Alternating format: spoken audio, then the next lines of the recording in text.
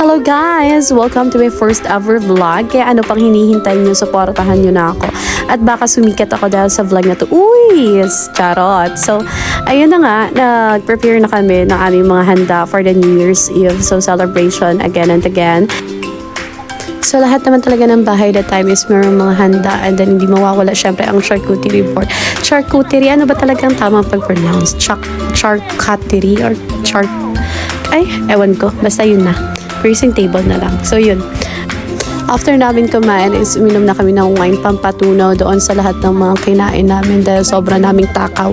Lahat-lahat yata ay wala talaga kaming pinatawad dyan. Lahat-lahat ay tinikman. Lahat talaga, wala talagang patawad sa lahat ng pagkain dyan. So, cheers! Cheers sa lahat ng ating katakawan ngayong taong ito at kaya hindi tayo pumapayat. Cheers na lang mga mare. Cheers na lang mga mima. Wala na tayong magagawa dyan. New Year's resolution ulit na magpapayat na tayo. Ayan, nagmano-mano na nga kami ng cheers. Cheers! Hindi ko alam kung ano yun. So, sabi nga ni tita ay mag-video daw sila. Laban daw. Laban? Pero hindi ka pinaglaban. Laban lang. Sige lang sis, laban ka lang laban. Laban daw para sa tagumpay ng buhay. Tagumpay talaga yung year 2024 na yun kasi nga maraming mga pagsubok ang pinagdaanan at na-survive mo yung pagsubok na buhay ka pa rin. Tagumpay talaga sis. So, after namin na kumain is nag-proceed na kami sa exchange gift. Ang regalo nga ni Angelo Marino kay Papa is yung gin. Gin, tagumpay sa buhay. Tagumpay talaga ng buhay yung gin na yan. Charot, hindi talaga yan tagumpay. And then yun, meron pa siyang isang regalo. Hindi ko alam kung anong laman dun. Mamaya titignan natin kung ano yung laman ng regalo na yun. And then ito na nga, isa pa. Si Papa naman yung nag-describe kung sino daw yung kanyang nabunot. Ang tingnan naman ang description ng Papa ko na to. Sobrang relate talaga siya. Pero ako hindi ako makarelate. Parang layo naman kasi ng description na yun. Pero hindi naman yung tita ko yung tinutukoy niya doon. And then, yan. So, after yan, tawang-tawa siya. Hindi ko alam kung siya lang ba talaga yung natatawa dyan sa kanyang description. Nakaka-relate siya, pero hindi kami makarelate. Ayun, tawang-tawa din yung tita ko kasi nga kilala niya na daw kung sino yung nabunot. Siya daw yun. Nakarelate din pala siya, pero ako hindi ako nakarelate. Ayun, inalog-alog niya. Ano kayang laman nun? Gin din kaya? Or baka iba. So, next ay, siya naman yung tita ko naman yung nag-describe kung sino yung nabunot niya. Sabi niya dun, is singkit daw yung nabunot niya. Pero tingin ko naman, hindi naman singkit yung mata ng kapatid ko kasi nga yung mata nun is malaki. Kaya for sure, hindi naman yung kapatid ko. Pero ang layo naman ng mga description. Sige nga, next time, hindi na tayo magda-describe sa ating mga exchange gift na to. Kasi layo-layo ng mga description. Hindi kaya kung sumusunod sa rules and sa mechanics ng ating exchange gift. Ang pangit yung kabanding. The next nga ay describe naman ng kapatid ko kung sino yung nabunot niya. Single nga daw. So, nag-iisa lang naman ang single sa family. At ang tita ko yon. Feeling ko makakapag-asawa pa kaya to. Para hindi na siya makakapag-asawa. Charat. And then, siya naman si tita naman yung nag-describe kung sino yung kanyang nabunot. Last year daw, pinagtripan daw siya nung nabunot niya. Kaya balak niya rin pagtrip. Ay, walang ganun, te. Walang gantihan. Hindi tayo magkakapamilya. Ano tingin mo? So, yun nga. So, binigay niya na sa kanya yung regalo niya. Maghahanap daw sana siya ng gray na brief at saka bar daw ng spam daw. Kasi Graham bar. Graham bar. And then next, ako naman yung nag-describe kung sino yung nabunot ko. Sino nga ba yung nabunot ko? Nakalimutan ko na yata kung sino yung nabunot ko.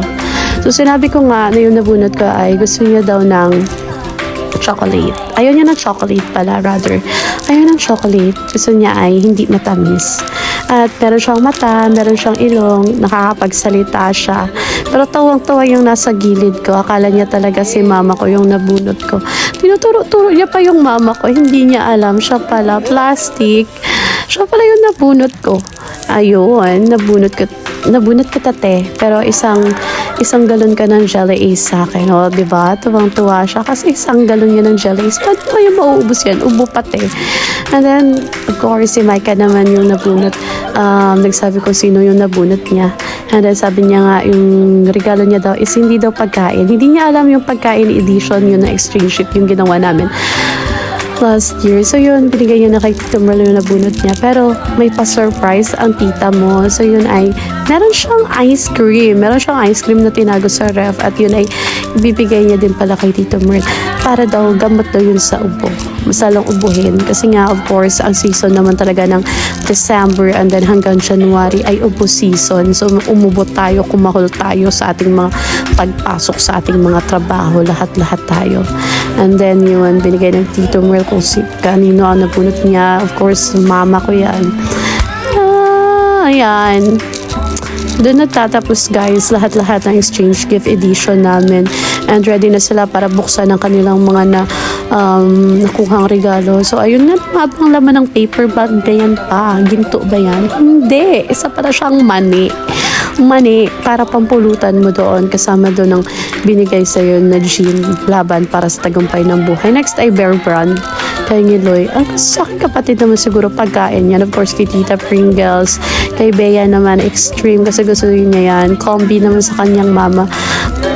Wala talagang kasawaan sa pagkain. Lahat ng mga gusto nyong makuha ngayong New Year na to. Ngayon, for the happy ng mga person sa kanilang mga nabunot. Kaya lumabas na kami para salubungin talaga yung January 1. So, yun.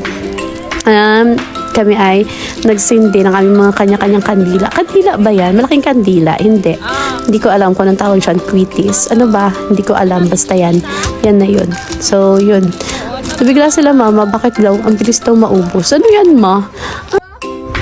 Ano yan, ma? Lifetime na subscription sa Quitties? Charot. Walang lifetime, ma. Walang forever lifetime pa ba? So, ano pang hinihintay nyo, guys? Like and subscribe my video para kapag yumaman ako, maambunan ko kayo. Ayun, bye!